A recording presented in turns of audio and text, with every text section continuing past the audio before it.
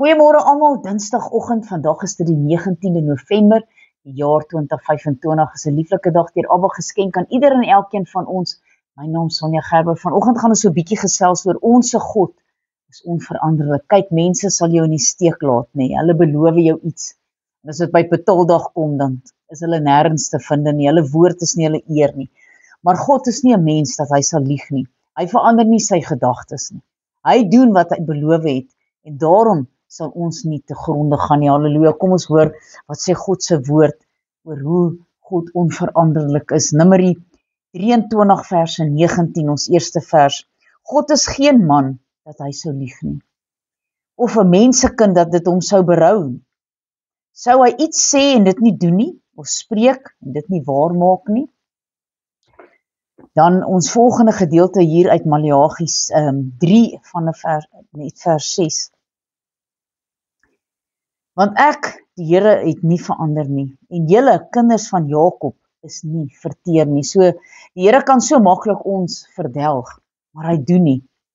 Hy vergewe net telke male as ons droog maak, en ons kan dit so goed doen. Hebreërs 6 vers 13 tot 20, ons volgende gedeelte. Want toe God aan Abraham die belofte gegee het, het hy, omdat hy geen meerdere gehad het om te kon sweer by nie, by homself gesweer en gesê, voorwaar ek sal jou ryklik seën en jou grootliks verneder. En so het hy die belofte verkry nadat hy geduldig gewag het, want mense sweer by een wat meer is, en die eed van bevestiging is vir hulle die einde van alle teespraak. Daarom het God, omdat hy nog kragtiger aan die erfgename van die belofte, die onveranderlikheid van sy raad wou toon, dit met 'n eed gewaarborg, sodat ons deur die onveranderlike dinge waarin dit onmoontlik is dat God sou lieg, kragtig bemoediging kan hê.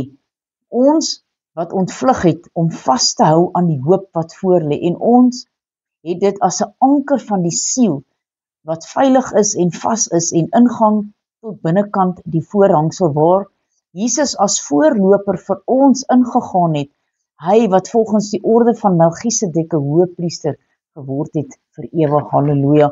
Ons laaste gedeelte kom hierso uit Jakobus 1, gaan net vers 17 vir ons voorhou.